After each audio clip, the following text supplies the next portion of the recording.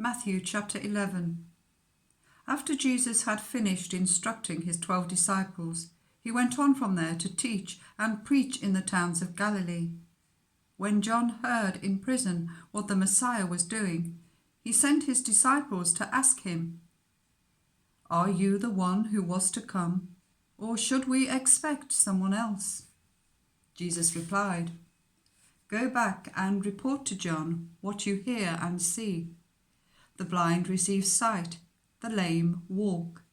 Those who have leprosy are cleansed, the deaf hear, the dead are raised, and the good news is proclaimed to the poor. Blessed is anyone who does not stumble on account of me." As John's disciples were leaving, Jesus began to speak to the crowd about John. "What did you go out into the wilderness to see? A reed swayed by the wind?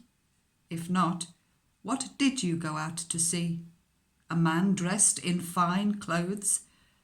No, those who wear fine clothes are in kings' palaces.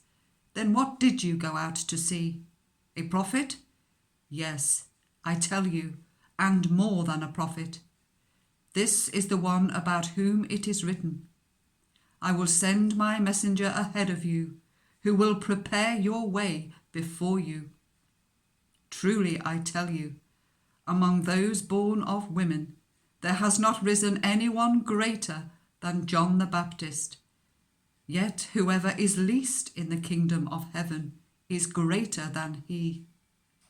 From the days of John the Baptist until now, the kingdom of heaven has been subjected to violence, and violent people have been raiding it. For all the prophets and the law prophesied until John. And if you are willing to accept it, he is the Elijah who was to come. Whoever has ears, let them hear. To what can I compare this generation? They are like children sitting in the marketplaces and calling out to others, 'We played the pipe for you, and you did not dance. We sang a dirge, and you did not mourn.'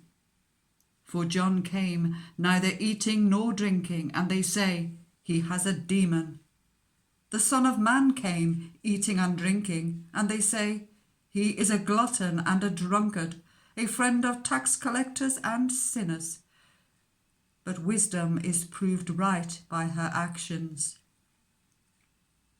Then Jesus began to denounce the towns in which most of his miracles had been performed, because they did not repent. "Woe to you, Chorazin! Woe to you, Bethsaida!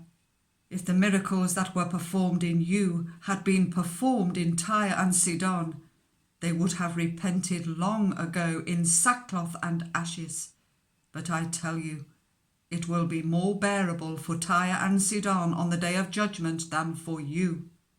And you, Capernaum, will you be lifted up to the skies?